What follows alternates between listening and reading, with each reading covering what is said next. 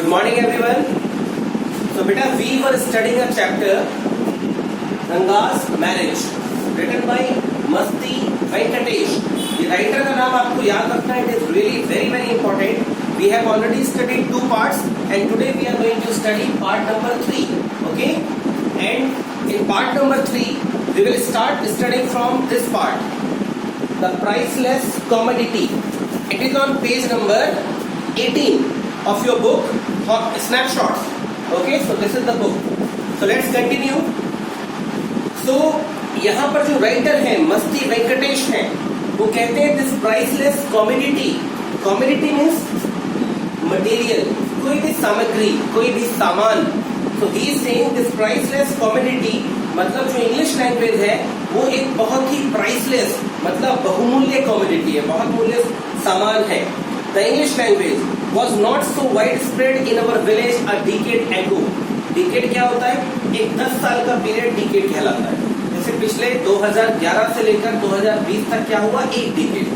तो कह रहे पिछले 10 सालों में जो इंग्लिश भाषा है वो हमारे यहाँ बहुत ज्यादा वाइड स्प्रेड नहीं थी. इस लैंग्वेज का इतना प्रचार प्रसार नहीं था, ज्यादा लोग नहीं बोलते थे. That was why Ranga's homecoming was a great event. इसीलिए रंगा का लौट के आना, बेंगलोर से वापस आना गांव में एक बहुत ही बड़ी घटना थी. आजकल भी गांव में होता है, अगर कोई बहुत पढ़ा लिखा व्यक्ति शहर से जाता है गांव में तो उसका स्वागत एक जबरदस्त तरीके से होता है. तो कहते हैं people rush to his doorstep announcing the accountant son has arrived. उसके बाद जितने भी लोग हैं गांव के वो चिल्लाकर शोर मचाकर रंगा के दरवाजे पर पहुंचे. डोर स्टेप मतलब दहलीज पर पहुंचे और ये कहते हुए पहुंचे कि अकाउंटेंट का बेटा आ गया है. The boy who had gone to Bangalore for his studies is here. वो लड़का जो बेंगलोर गया था अपनी पढ़ाई करने के लिए वो वापस लौट के आ गया है. तो लोग इस बात को कहते हुए दौड़े. And come, रंगा is here. वो ये भी बोल रहे थे आइए हमारा रंगा यहाँ पर है. Let's go and have a look. आइए हम सब चलते हैं और उसकी तरफ एक लुक डालते हैं. Pause. Attracted by the crowd, I too went and stood in the courtyard and asked. भीड़ को मैंने देखा तो जो राइटर है मस्ती वेंकटेश, इनका भी आकर्षण बढ़ा. इन्होंने सोचा भाई चलिए मैं भी चलता हूँ, मैं भी देखता हूँ. तो वो भी गए और कोर्टयार्ड, कोर्टयार्ड क्या होता है? आंगन. आंगन में जाकर खड़े हो गए. Why have all these people come? There is no performing monkey here. उसके बाद वो कहते हैं भैया इतने सारे लोग क्यों आए हैं? यहाँ कोई बंदर का मदारी का खेल थोड़ी हो रहा है. A boy, a fellow without any brains. यहाँ तो बस एक ऐसा लड़का आया है जिसके पास कोई ब्रेन्स नहीं है. मतलब वो हंसी मजाक कर रहे हैं, एक मजाकिया तौर पे बोल रहे हैं कि एक बच्चा आया है विदाउट एनी ब्रेन्स. ब्रेन्स जिसके पास नहीं है उसका मतलब फूल. तो एक मूर्ख व्यक्ति लौट के आया है. उन्होंने इस तरीके से मजाक में ये बात कही. Loud enough for everyone to hear. इतनी जोर से कही कि सब लोग सुन सकते थे. What are you doing here then? A youngster, immature and without any manners. फिर आप यहाँ पर क्या कर रहे हैं?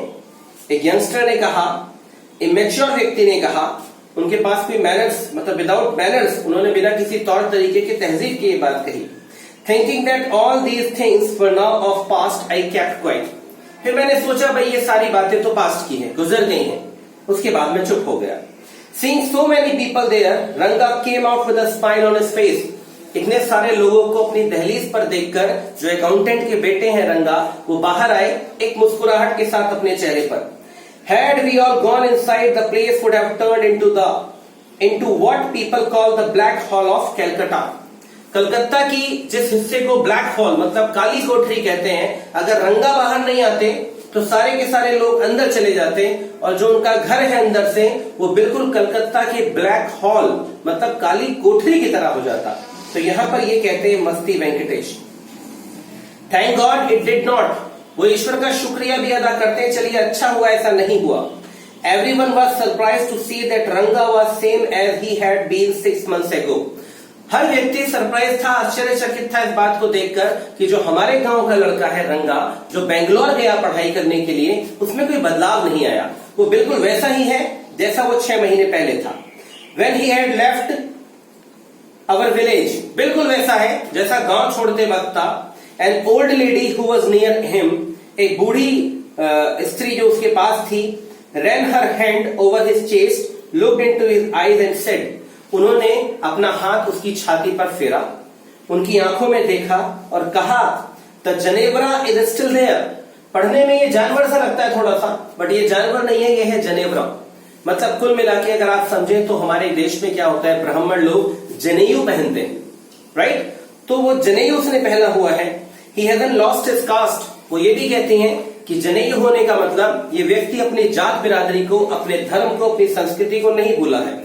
She went away soon after that. उसके बाद वो वहां से चली जाती हैं। रंगा लाफ्ड, और रंगा हंसने लगते हैं। Once they realized that रंगा still had the same hands, एक बार उनको महसूस हो जाता है कि रंगा के वही हाथ हैं, लेग्स वही टांगे हैं, आईज वही आंख हैं, एंड नोज और वही नाक है। मतलब पूरा का पूरा शरीर रंगा का वैसा ही है जैसा गांव छोड़ने से पहले था। मतलब उसके अंदर कोई बदलाव नहीं आया है। The crowd melted away. जितना भी भीड़ थी वो मेल्ट अवे हो गया। मेल्टेड अवे मतलब डिसअपीयर्ड, वहां से गायब हो गया। Like a lump of sugar in a child's mouth. जिस तरीके से एक लंप, एक टॉफी का टुकड़ा, एक मिठाई का टुकड़ा, लंप मतलब कोई भी टुकड़ा, चीनी का टुकड़ा मुंह में घुल जाता है, वैसे ही क्राउड गायब हो गया। I continue to stand there. लेकिन जो मस्ती वेंकटेश हैं, जो ऑथर हैं, ये वहां पर खड़े रहे। आफ्टर एवरीवन हैड गॉन, जब सब लोग चले गए, I asked how are you Rangappa. तो मस्ती ने पूछा कि रंगप्पा आप कैसे हैं? Is everything well with you? क्या आपके साथ सब कुछ ठीक है? मतलब बेंगलोर आप गए और यहां पर आए तो कोई परिवर्तन आपके अंदर, या कोई परेशानी आपको, कोई अच्छी बात, कोई बुरी बात, उन्होंने पूछने की कोशिश की। It was only then the Ranga notice me. इस समय रंगा का ध्यान मेरी तरफ गया। मतलब अभी तक रंगा ने इनको नोटिस नहीं किया था। He came near me and did a namaskar respectfully saying I am all right with your blessings. वो मेरे पास आया, उन्होंने मुझको प्रणाम किया और कहा आपकी ब्लेसिंग से, आपकी कृपा से, आपके आशीर्वाद से सब कुछ बिल्कुल ठीक है।